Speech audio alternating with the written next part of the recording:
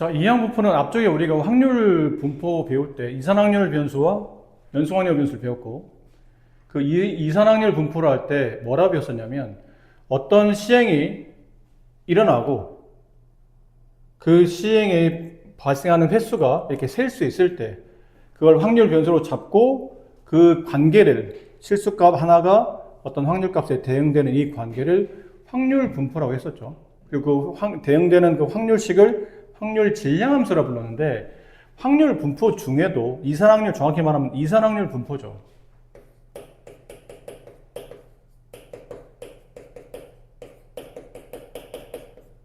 이산확률 변수, 그래서 이산확률 분포 중에도 그 확률 질량함수가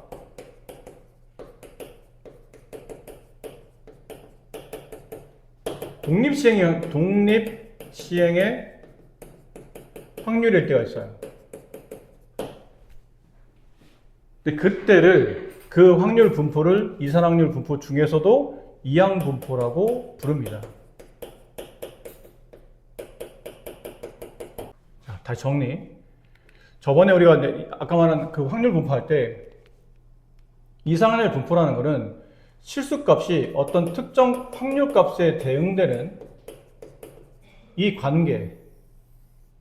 저번에 예를 든 거 본다면 동전 2개 던졌을 때 앞면이 나온 횟수를 정의할 때 뭐 0번, 1번, 2번 했을 때 이 0번은 4분의 1에 대응되고 1번은 2분의 1에 대응되고 2번은 4분의 1에 대응되고, 이 관계, 실수가 확률값에 대응되는 이 관계를 확률 분포라고 했었잖아요. 근데 이 확률 분포에 이 확률식을 정의할 때 이 확률식이 알고 보니 독립시행의 확률이더라는 얘기죠.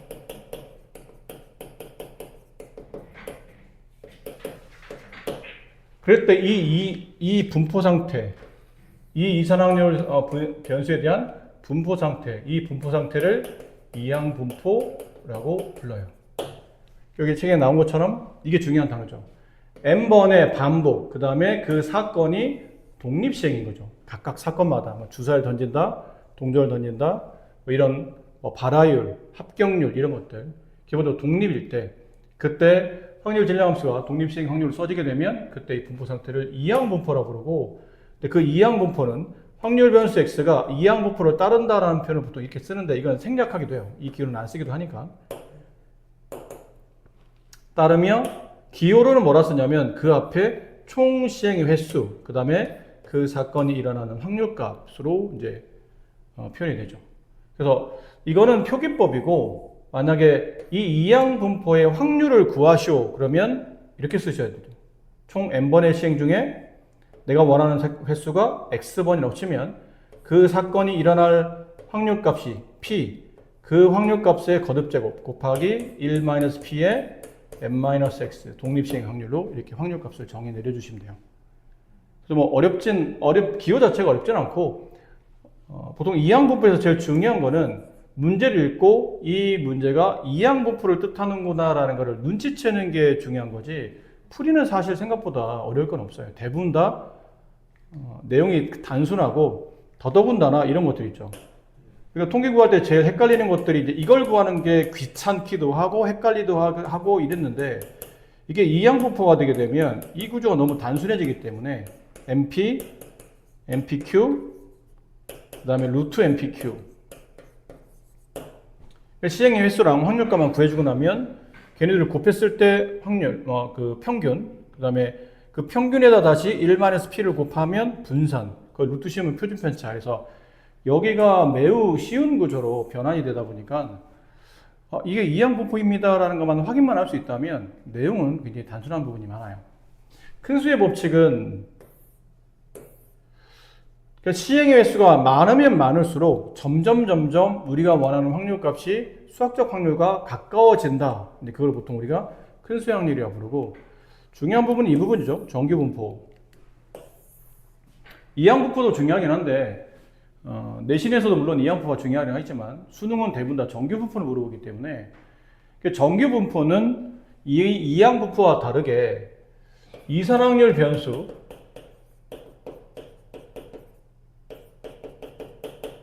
여기서 파생된 게 이항 분포라면 그 확률 변수가 이산이 아니고 연속 확률 변수일 때 여기서 발생한 게 정규 분포라고 보시면 돼요. 근데 이 이항 분포, 그러니까 이산 확률 변수 계산할 때 여기 가운데 쓰이는 개념이 뭐였냐면 확률 질량 함수였죠.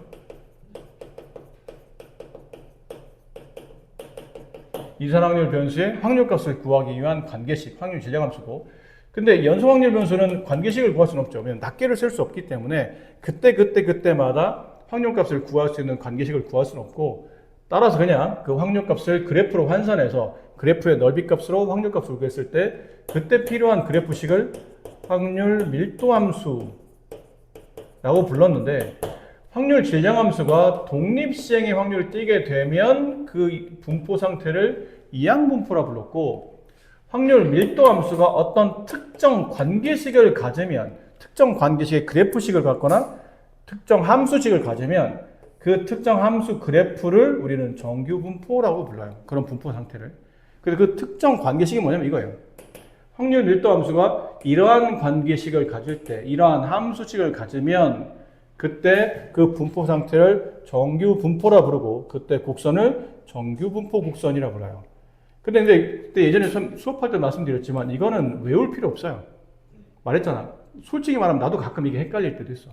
그러니까 가끔 어느 순간 이게 이랬었지? 순간 나도 헷갈릴 정도로 이렇게 중요한 시간 아닙니다. 어차피 통계학을 전공하지 않는 이상은 이걸 외워서 어디다 써먹을 때는 없기 때문에, 그러니까 저러한 관계식이 되면 그 분포 상태는 정규분포라고 부른다는 것만 알고 있으면 되고, 근데 이 정규분포 곡선의 이제 특징을 파악하는 게 중요한 거죠. 그래프 자체가 평균, 어딘가 이제 이 분포 상태 평균이 있을 텐데, 평균을 기준으로 좌우 대칭인 이렇게 종 모양, 혹은 산 모양이라고도 합니다. 그러니까 좌우 대칭인 종 모양 형태를 띠게 되고, 그 이 평균 이 안에 앞쪽에서 우리가 뭐 연속함수 변수, 확률 밀도함수 할 때도 말했지만 이 그래프 안에서 만들어지는 전체 넓이 값을 1로 보는 거잖아요.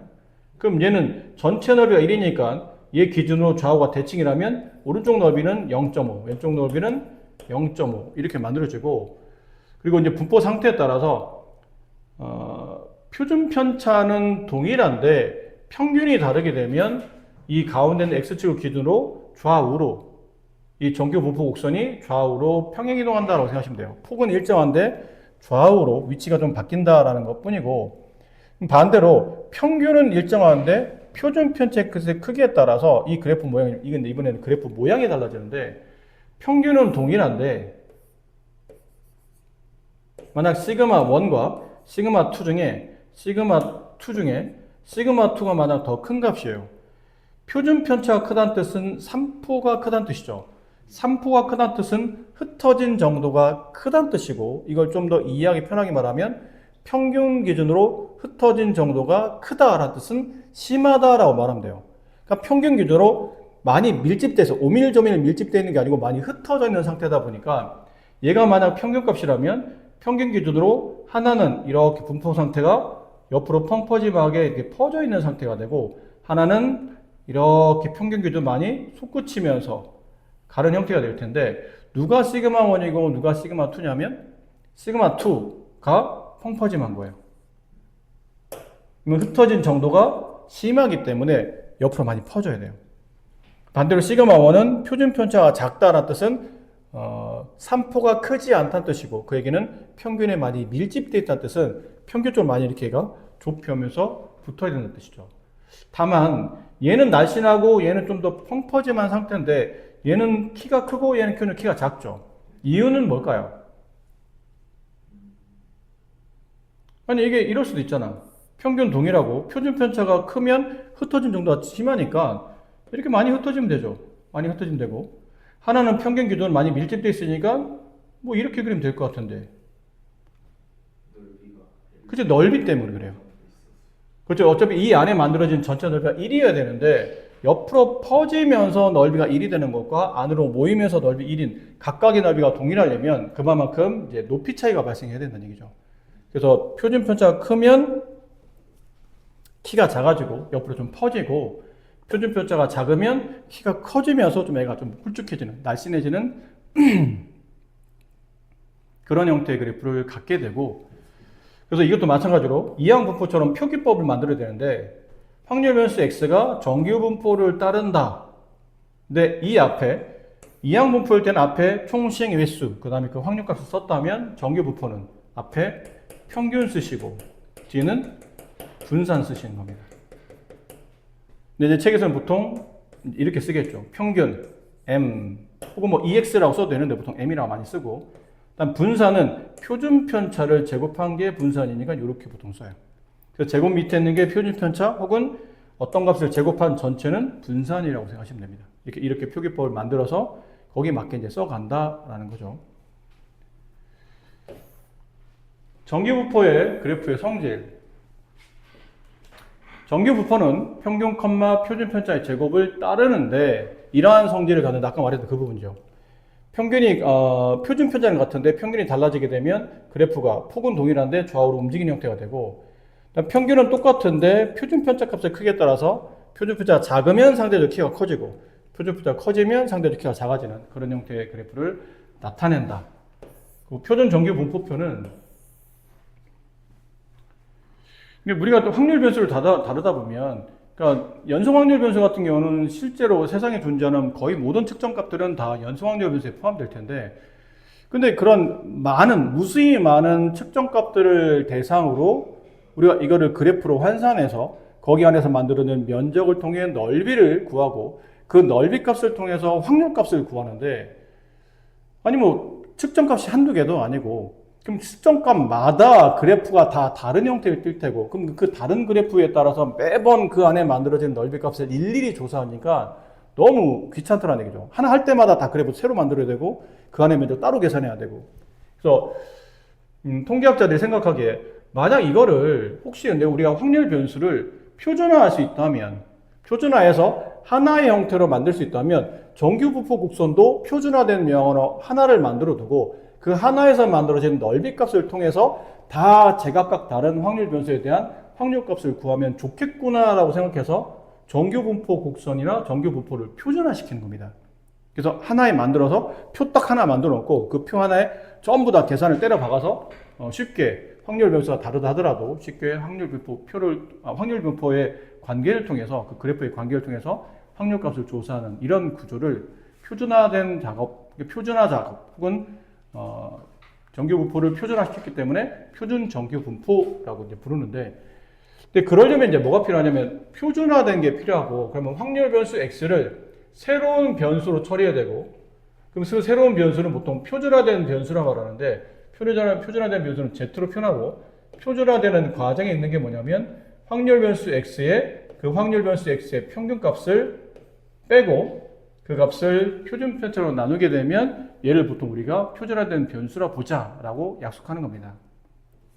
그렇게 되면 아까 좀 전에 배웠던 그 정규 분포 관계식이 굉장히 좀 단순해지는 그런 형태로, 그리고 이제 표를 보고 통계학자들이 만들어진 표를 보고 그 표 안에 만들어지는 구간 안에 있는 수치를 통해서 여기 넓이 값이 얼마이니 그 확률 값도 이렇다라고 생각하자. 굉장히 간소한 과정을 추구하는 거죠, 결국은 표준 정규 분포는. 그러니까 이항 분포도 중요한 부분이고 정규 분포도 중요한 부분인데, 이항 분포를 어떻게 정규 분포하느냐, 사실은 둘은 별개라고 봐야 되거든.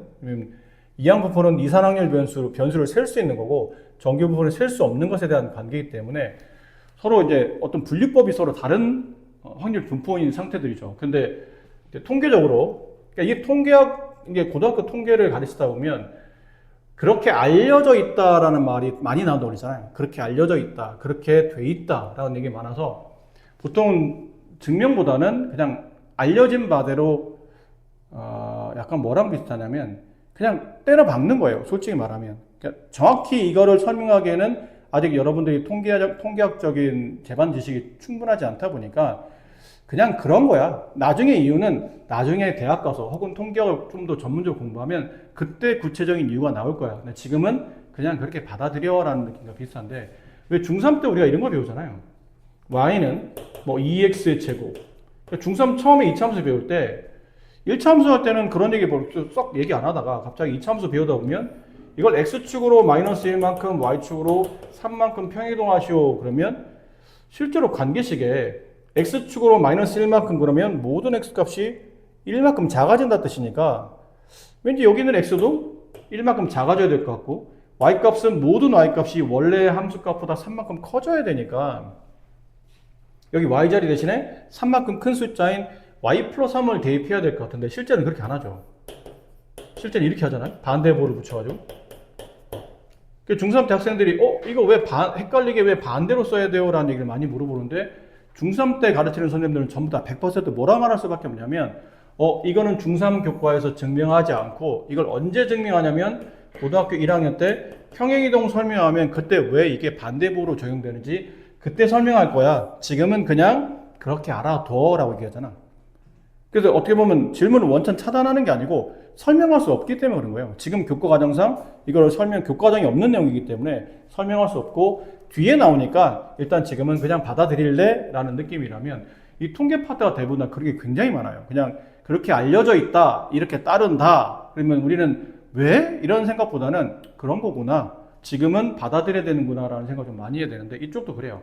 이항분포가 시행의 횟수가 충분히 많이 크다고 판단되게 되면 그때는 이 이항분포도 구조적으로 근사적으로라는 뜻은 아주 가까운 값으로 정규분포화 된다라는 거죠. 근데 이항분포와 정규분포의 차이점을 이해해야 되는 게 이항분포는 표기법이 이랬었고 정규분포는 표기법이 이랬었기 때문에 만약 이항분포를 정규분포화하려면 이 자리에 이항분포에서의 평균값과 이항분포에서의 표준편차값을 써야 되는 거죠.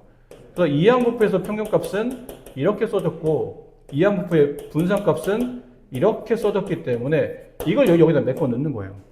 그래서 n, np, npq 혹은 이렇게 루트 씌워서 제곱 뭐 이렇게 쓴다는 얘기죠. 그래서 이 과정이 좀 필요하다는 거죠. 이항분포, 이게 이항분포인데 문제는 이항분포로 시작했으나 시행에서 충분히 크다고 판단되면 충분히 큰 건 누가 판단한 겁니까? 그러면 보통 책에 있는 수치들이 그냥 충분히 크다고 판단하시면 돼요. 그렇게 판단돼서 이렇게 바꾸어서 이 과정을 통해서 이렇게 바꾸어서 그 다음부터는 정규분포 문제를 푼다라고 생각하는 건데 좀 빠르게 봅시다. 좀 시간이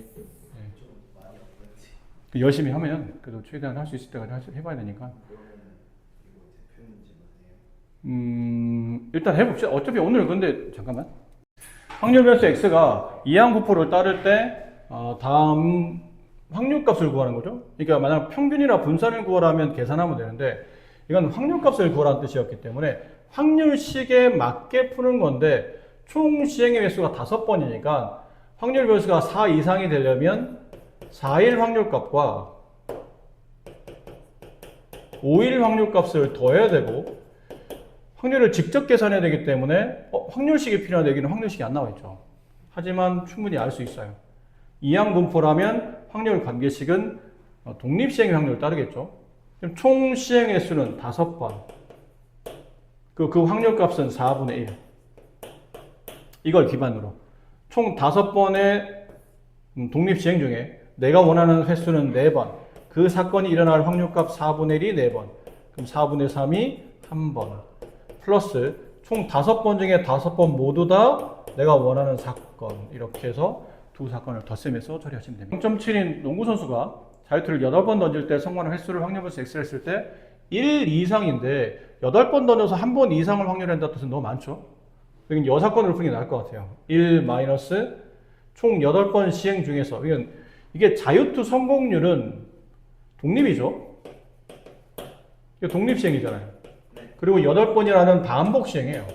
그러니까 독립시행의 확률을 보면 된다는 얘기죠. 확률 변수인데 독립시행의 확률 둘을 붙이면 이항분포가 되기 때문에 총 8번 시행 중에서 내가 원하는 사건은 0번이에요. 한 번도 성공하지 못하는 경우 빼면 어쨌든 한 번 이상은 성공하는 거니까 0번. 그 확률값은 성공률 0.7이니까 10분의 7. 걔가 0번. 그 다음 10분의 3이 8번이겠죠. 이 식을 찾아서 답을 고르시면 됩니다. 계산은 어렵진 않은 것 같으니까. 3문제. 이건 유명한 문제죠. 30개의 방이 있는 어느 호텔의 전체 예약권 중에 실제로 이 호텔에 투숙하는 경우는 95%입니다. 투숙률인데 투숙률은 이것도 독립이에요. 뭐 그런 거 아니에요. 이 호텔의 투숙률인데, 아니 호텔에 투숙하기 위해서 예약하는 사람들끼리 서로 연락 통화해가지고 너 갈 거야? 아, 너 안 가면 나도 안 갈래. 이러진 않을 거 아니야. 관계없는 사람들이 그냥 각각 예약했다가 아, 나 거기 예약했는데 예약한 대로 그냥 갈래 안 갈래는 각각 개인의 결정이니까 독립으로 봐야 되겠죠. 그 투숙할 확률 값은 네, 95%니까 0.9 혹은 100분의 95. 0.95로 합시다. 여기 밑에 책에 보면 이 숫자가 있으니까 0.95 이에요. 근데 어느 날에 이 호텔에 32건의 예약이 들어왔어요. 근데 이날 방이 부족하지 않다? 근데 방은 30개밖에 없는데 예약건은 32건이네요. 그럼 방이 부족하지 않을 확률 값을 구하래.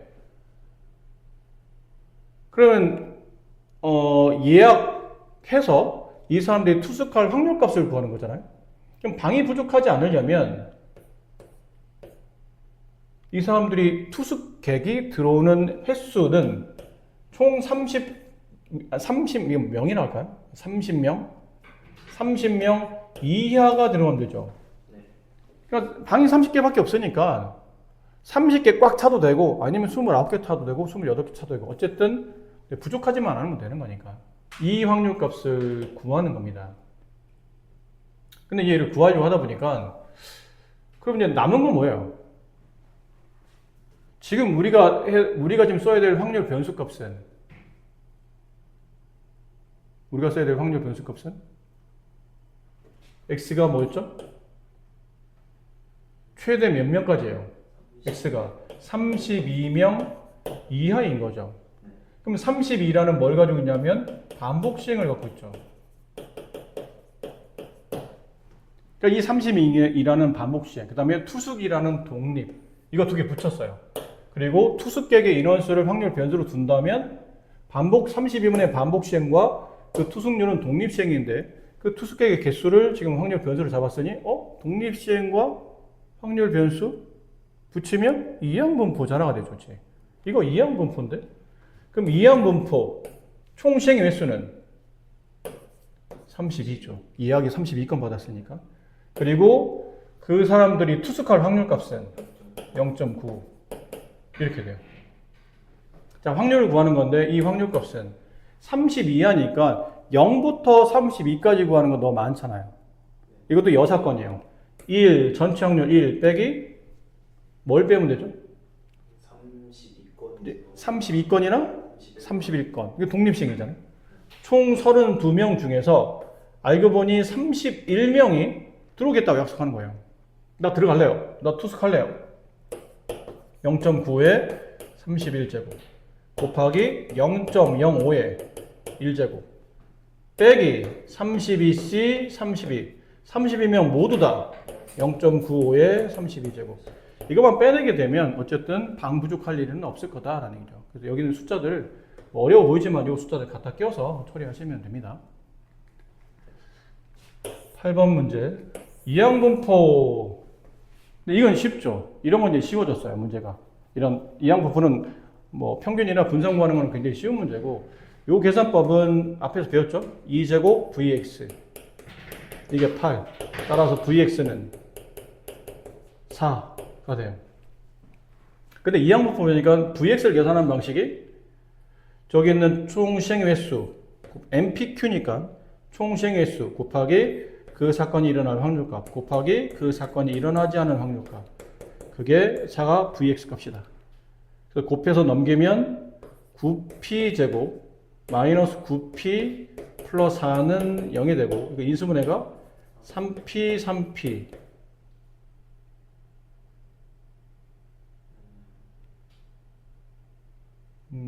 잠깐만요.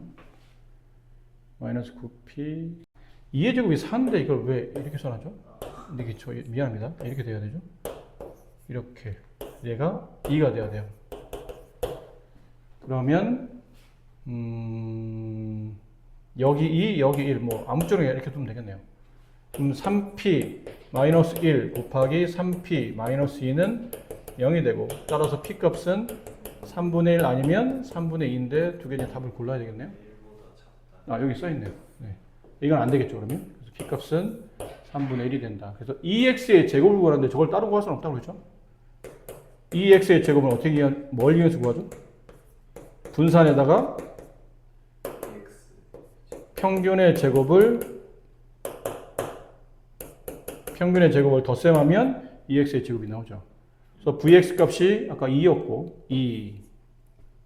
그다음 ex를 구하려면 지금 우리가 p 값을 구했으니까 9,9분의 1 둘을 곱하면 1. 그렇죠? 3분의 1에 마음이 급하구나.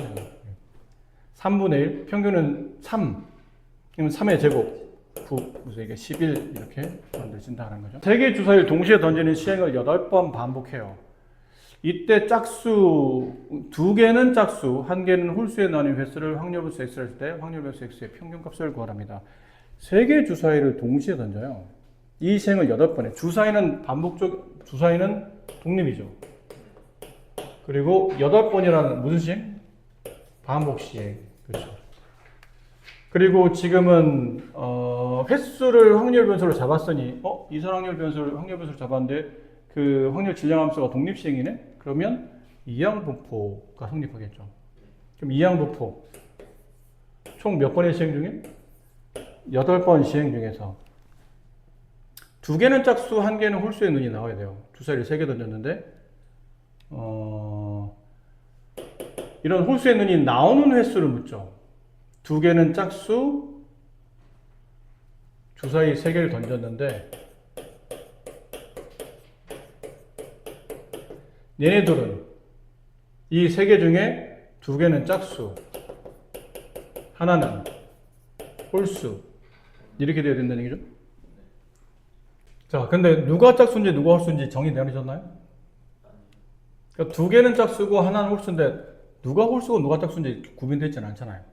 만약 그러면 홀수가 나오는 걸 기준으로 얘가 홀수, 얘가 짝수일 수도 있고, 아니면 얘가 짝수, 얘가 홀수, 얘가 짝수일 수도 되고, 아니면 앞에 게 짝수, 두 번째 짝수, 맨 끝에 홀수 이럴 수도 있겠죠. 근데 이 홀수가 나올 확률값은 그렇죠? 2분의 1이 3번 곱해지니까 8분의 1이죠. 8분의 1이 몇 번이에요? 3번. 결론은 2개는 짝수, 1개는 홀수가 나오는 확률값, 횟수는 그렇다 하더라도 확률값은 얼마예요? 8분의 3임을 알겠네요. 이해될까요? 지금 이게 이항분포는 앞에 총시행 횟수, 그 다음에 그 사건의 확률값. 근데 그 사건이 주사위를 3번 던져서 그 중에 짝수 2개, 홀수 하나 나올 확률값. 그럼 이렇게 3번이니까 8분의 3. 평균 구하시오. 그러면 곱하면 되니까 정답은 3 이렇게 되겠죠. 상.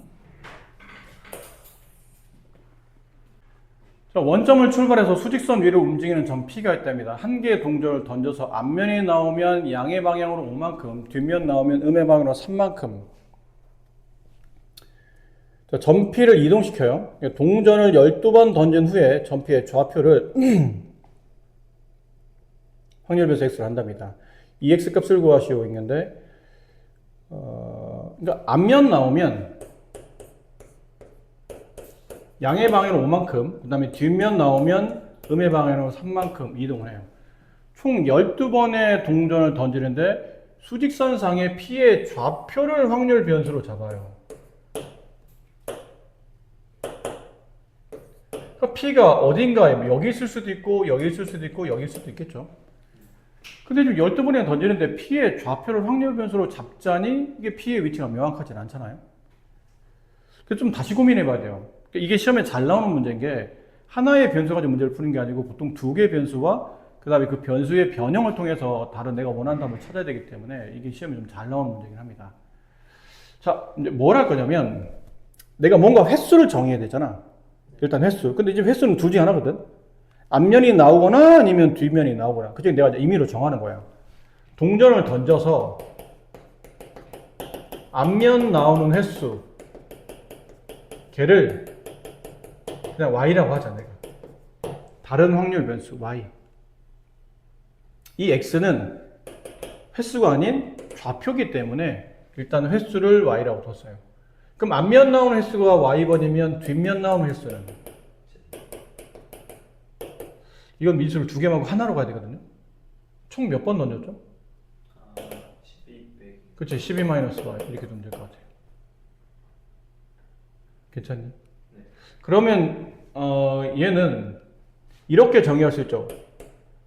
확률 변수 y, 동전을 던져서 앞면에 나오는 횟수. 근데 동전은 대표적인 독립시행이고 12번이라는 반복 횟수를 갖고 있죠.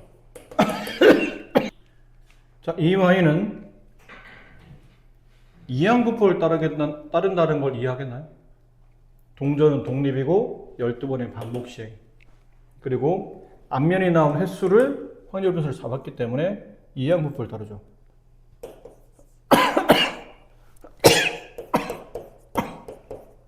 이해됩니까?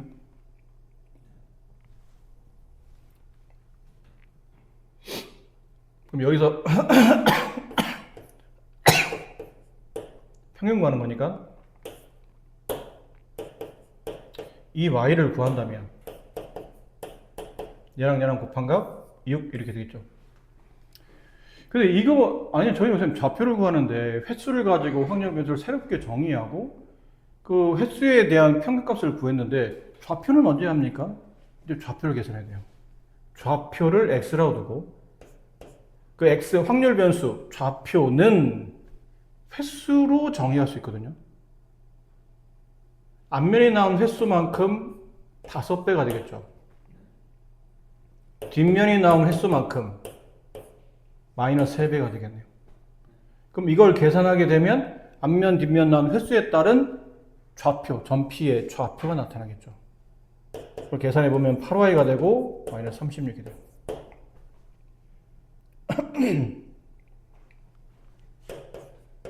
그래서 이 x를 구하라는 얘기는 이 8y-36을 구하라는 뜻이고 얘는 다시 8, 2y 마이너스 36을 말하죠. 그럼 6, 8, 48 마이너스 36, 12 이렇게 됩니다.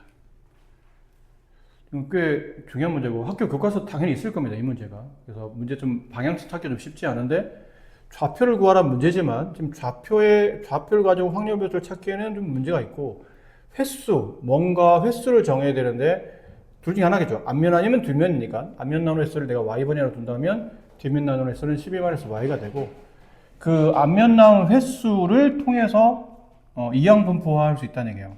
총 12번의 횟수 중에 앞면 나오는 확률값은 2분의 1이고 걔네들을 곱하게 되면 앞면 나오는 횟수의 평균값을 구할 수 있고 그 다음에 내가 원하는 좌표값 x는 이렇게 앞면 나오는 y번과 뒷면 나오는 12-y번에 5배와 마이너스 3을 곱하면 좌표점 앞면 나오는 횟수의 8배 한 다음에 36을 빼면 실제로 전피의 좌표가 나타난다는 뜻이죠. 그래서 전피의 좌표의 평균값을 구하라는 얘기는 이거에 대한 평균값을 구하라는 말로 변형시킬 수 있다는 얘기죠. 중요한 문제니까 꼭 연습 잘 해두시고 자, 확률 변수 x의 확률 변수 x가 정규분포 이전에 이항분포 건너뛰었고 정규분포를 따를 때 오는 것만 모두 그루시오라고 되는데 기억 정규분포는 평균을 아직은 표준은 안 시킨 거고 정규분포는 가운데 있는 평균을 기준으로 좌우 대칭이 좋은 모양이니까 m에서 a를 뺀 값에 대한 그 이하의 확률값 여기를 말하겠죠. 그 다음에 m에서 똑같은 a만큼 뺀 거니까 m-a 더한 거면 m 플러스 a 그 m 플러스 a 이상의 확률값을 구하라면 두 확률값은 같다. 이건 맞는 말이 되고 니은 x가 a 이하의 확률값과 b 이상의 확률값 더해서 1이 된다는 뜻은 이건 어떤 특정 위치 이게 평균과 관계없이 그러니까 평균과 관계없이 어떤 특정 위치 뭐 여기라고 칩시다. 이 특정 위치 이하의 확률값과 어떤 특정 위치 이상의 확률값을 더해서 1 만들려면 얘네들이 어떻게 돼요? 붙어야죠. 그렇죠? 둘이 붙어야 되니까 결론 A와 B는 같을 것이다. 맞단 말이고. 그럼 A가 양수가 되면 A가 양수래요. 그럼 평균이 가운데 M이 있고 A가 양수니까 여기에 M 플러스 A가 있겠죠. 그럼 n 플러스 a 이하의 확률값을 구하라는 얘기는 여기랑 여기를 구하라는 뜻이니까 여기 있는 확률값은 0.5. 그다음에 여기는 따로 이렇게 계산해서 덧셈하면 되겠죠. 이것도 맞는 말. 기억, 니은, 디귿이 모두 맞다. 정규부호를 따르는 확률변수 x에 대해서 다음 FA식을 이렇게 저 책에서 이렇게 정의 내렸고 옳은 것만 고르시오. 이제 기억 같은 경우는 뭐 고민할 건 없죠. 그냥 집어넣어 보라는 얘기인 거니까 일단 집어넣어 봅시다. 마이너스 3을 집어넣으면 p 마이너스 4 이상 x가 0 이하. 그 다음에 p 저기다 9 집어넣으면 8 이상 x가 12 이하. 얘네들이 같냐라고 했는데 지금 얘가 정규부호를 보니까 표준 편차는 모르겠지만 네, 평균값이 4에 있죠. 그럼 4를 기준으로 이렇게 좌우 대칭이 좋은 모양인데 마이너스 4는 어디 있냐면 왼쪽 8칸 위치, 0은 왼쪽 4칸 위치. 그러니까 여기 있는 확률값이에요. 그 다음에 8은 4를 기준으로 오른쪽 4칸의 위치, 12는 4를 기준으로 오른쪽 8칸의 위치. 이거를 구하라는 얘기인데 이게 간격이 가운데 있는 4를 기준으로 좌우가 이게 대칭 관계잖아요. 그렇다는 얘기는 여기 넓이 값과 여기 넓이 값은 같겠죠. 그래서 기억은 맞는 말이 되고 니은 FA가 3일 때 최대값을 갖는다. A가 3대 봅시다. 저것도 이제 직접 집어넣어서 계산해 봐야 되는 거니까 니은은 저기다 3 집어넣었어요. A에 3, F3. F3 집어넣으면 P 2 이상 X가 5 이하. 그럼 그림상 여기 평균 4에 있고 이렇게 만들어지죠.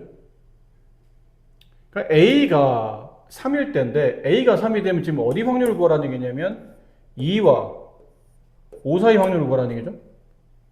근데 어차피 얘네들의 간격은 얼마예요? 쟤네들의 간격은 4만큼 나오죠? 이건 내가 잘못 썼나? 네, 미안합니다. 6인 거죠. 네. 4만큼 차이 나잖아요. 항상 간격이 4만큼 차이 나는 애들인데 그 4를 움직여 다니면서 이렇게 평균이 있고 그 4칸을 움직여 다니는데 4칸을 여기다 둘 때는 넓이가 이거밖에 안 되죠. 근데 4칸을 만약 여기다 둔다면 이거밖에 안 돼요. 근데 아무래도 그래프 자체가 가운데는 평균 기준으로 솟구쳐 있기 때문에 이왕이면 4칸이 어디를 기준으로? 평균 기준으로 좌우 대칭 형태로 두 칸 분값이 벌어졌을 때 넓이 값이 아무래도 제일 크겠죠. 그러니까 넓이가 최대가 되려면 4를 기준으로 왼쪽 2칸, 오른쪽 2칸, 2와 6, 그렇죠. 요만큼. 그래서 니은도 맞는 말이 돼요. 그래서 앞으로 이제 어떤 정규분포의 넓이가 최대가 된다는 뜻은 양쪽 끝값이 평균 기준으로 대칭 형태로 주어졌을 때는 최대값을 만들 수 있다라는 뜻이겠죠.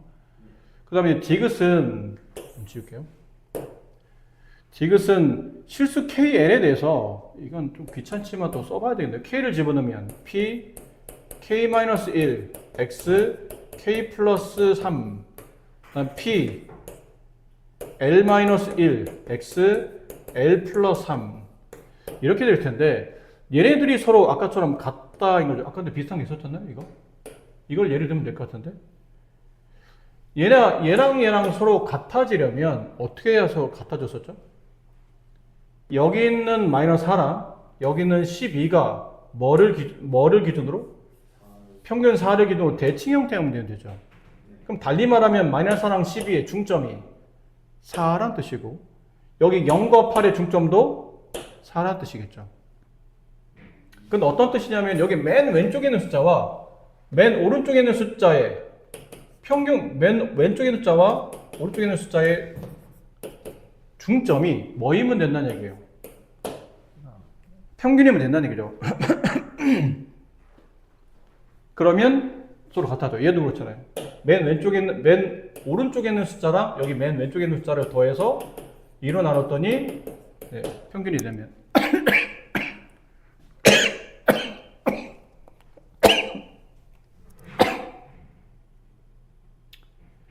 그러면 네, 서로 같아지는 거예요. 그럼 얘도 여기 맨 왼쪽과 맨 오른쪽 K-1과 L 플러스 3을 더해서 얘를 2로 나누면 뭐가 나와야 된다는 얘기죠? 네, 평균 4가 나와야 된다는 얘기죠. 그럼 곱해요. K 플러스 L은 6 이거 합치면 하죠? 플러스 2 넘어가면 마이너스 2 아니 뭐 6이야 8 마이너스 2 6 그럼 K 플러스 L은 6이 돼야 되는데 6 마이너스 K가 아니라 이걸 계산할 필요 없겠죠. 네. 저것만 계산하면 되니까. L은, 그러니까 지금 우리가 쓴 게 뭐였죠? K 플러스 L은 6이어야 되는데, 이게 1로 넘어가서 L 값을 정리했더니 6 마이너스 K죠? 근데 이건 8 마이너스 K니까 안 맞다는 얘기죠. 수치가 안 맞는다라는 뜻이에요.